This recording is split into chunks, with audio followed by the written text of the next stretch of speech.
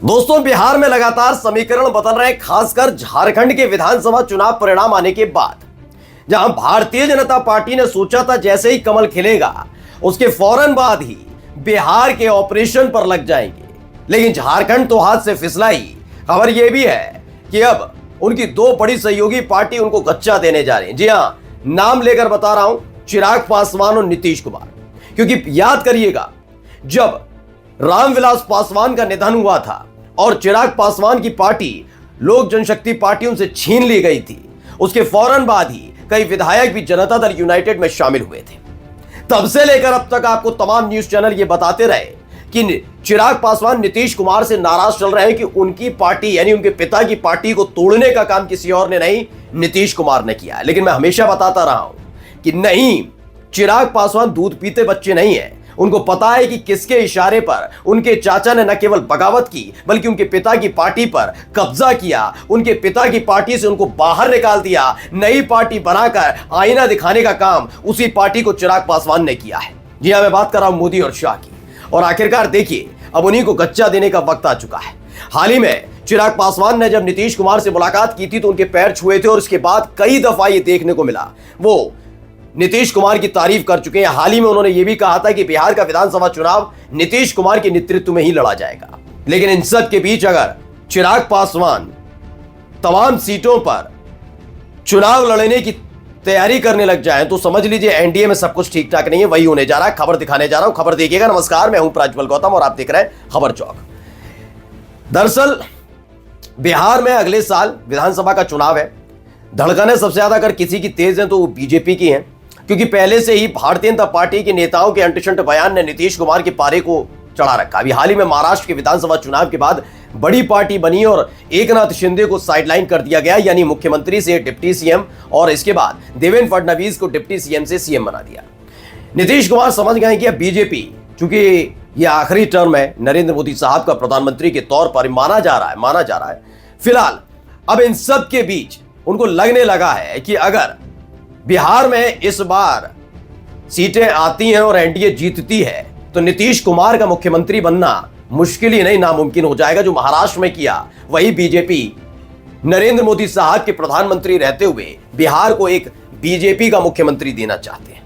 इसीलिए अब राहें अलग हो सकती हैं। पहले खबर पढ़िए, नवभारत टाइम्स की खबर है, बिहार में फिर खेला करेंगे चिराग। लोजपा रामविलास ने शुरू की 243 सीटों पर तैयारी। उनके जीजा ने प्लान बताया है। क्या प्लान बताया वो बताता हूं आपको, लेकिन फिलहाल ये अपने आप में खबर है कि 243 सीटों पर अचानक से चुनाव की तैयारी करना शुरू कर देना। याद करिएगा, जब हरियाणा में, जम्मू कश्मीर में, महाराष्ट्र में और झारखंड में विधानसभा चुनाव हो रहे थे तो हर एक राज्य में चुनाव लड़ने की बात कह रहे थे चिराग पासवान। खास तौर पर उनका फोकस कहीं और नहीं था, झारखंड में था। लेकिन झारखंड में आईना दिखा रही थी, उनको अलग नजरअंदाज करने का काम कर रही थी चिराग पासवान को बीजेपी।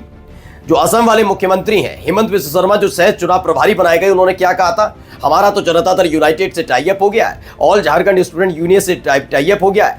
पत्रकारों ने पूछा चिराग पासवान कहां है, उनके साथ नहीं हुए, वो तो एनडीए के सहयोगी है, एनडीए के साथी हैं। उन्होंने कहा नहीं, इसका फैसला केंद्रीय नेतृत्व करेगा। समय को भांपते हुए आखिरकार चिराग पासवान की पार्टी को एक सीट न केवल दी गई थी बल्कि चिराग पासवान ने अपनी ताकत का एहसास भी कराया था। जब भारतीय जनता पार्टी के कई दिग्गज नेता चुनाव हार गए झारखंड में, तो वहीं एक सीट मिलने के बावजूद भी उस सीट को जीत कर दिखाया। यानी 100% का स्ट्राइक रेट अकेले एनडीए में झारखंड के अंदर चिराग पासवान का रहा।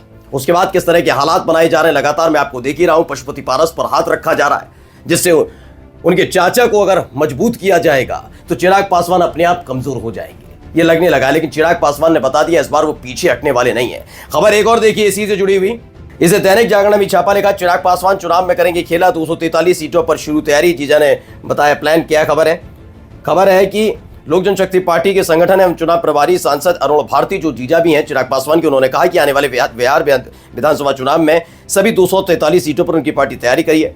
कितनी सीटों पर चुनाव लड़ा जाएगा ये गठबंधन में तय होगा, ये भी उन्होंने कह दिया है। लेकिन 243 सीटों पर अचानक से चुनाव की तैयारी कर लेना अपने आप में चौंकाने वाला है। कम से कम मैं मान सकता हूं जहां से उनकी 5 सांसद है पार्टी के, वहां अगर वो तैयारी करें तो समझा जा सकता है कि उन सीटों पर वो दावेदारी कर सकते हैं कि इतनी सीटों पर तो हम कम से कम करेंगे। लेकिन 243 सीटों पर तैयारी करना अपने आप में चौंका देने वाला है। क्यों? क्योंकि इसी बीच एक मुलाकात हो जाती है। मुलाकात में क्या निकल कर आता है, खबर पढ़िए, न्यूज फॉर नेशन की है। जदयू विधायक गोपाल मंडल ने की चिराग पासवान से मुलाकात। एक दिन पहले ही सांसद पप्पू यादव से मिले थे। अब पप्पू यादव कौन है, हर कोई जानता है। पप्पू यादव है तो निर्दलीय सांसद, लेकिन इन सब के बीच उन्होंने कांग्रेस को समर्थन दे दिया, कांग्रेस के साथ खड़े हुए। यानी कांग्रेस और पप्पू यादव में फर्क नहीं है। ऐसे में जनता दल यूनाइटेड के बड़े नेता नीतीश कुमार के करीबी गोपाल मंडल, जो इस समय फिलहाल नीतीश सरकार में मंत्री भी बना दिए गए, वो जाकर मुलाकात कर लेते हैं पप्पू यादव से। वो सुबुगाहट कम होती उससे पहले ही चिराग पासवान से आकर मुलाकात कर ली। इन्हें एक दूत के तौर पर भी माना जा रहा है कि नीतीश कुमार ने अपनी तरफ से चिराग पासवान को भेजा है। हाल ही में खबर भी निकल कर आई थी, आपको याद होगा, आनंद मोहन जो बाहुबली के नाम से जाने जाते हैं, उन्होंने और उनके बेटे दोनों ने मिलकर आरोप लगाया था किस पर, चिराग पासवान पर। चिराग पासवान को लेकर उन्होंने इस साफ साफ लफ्जों में कह दिया था कि क्या वाकई चिराग पासवान की डील प्रशांत किशोर से हो गई है। अब आप जरा इस पूरी चीजों को सिलसिलेवार तरीके से समझिए। चिराग पासवान का गुस्सा होना, नाराज होना, बार बार सरकार के खिलाफ बयान देना, अपनी ही सरकार के खिलाफ बोलना, नीतीश कुमार का नाराज होना, है तो दो साथी हो ही गए। प्रशांत किशोर भी लगातार हमलावर नजर आ रहे हैं, 3 हो गए। पप्पू यादव से मुलाकात कर रहा है, यानी कांग्रेस के करीब आना। ये तमाम चीजें बता रही है कि बीजेपी के लिए बिहार विधानसभा चुनाव के ऐलान से पहले ही शुभ संकेत मिल नहीं रहे। नमस्कार।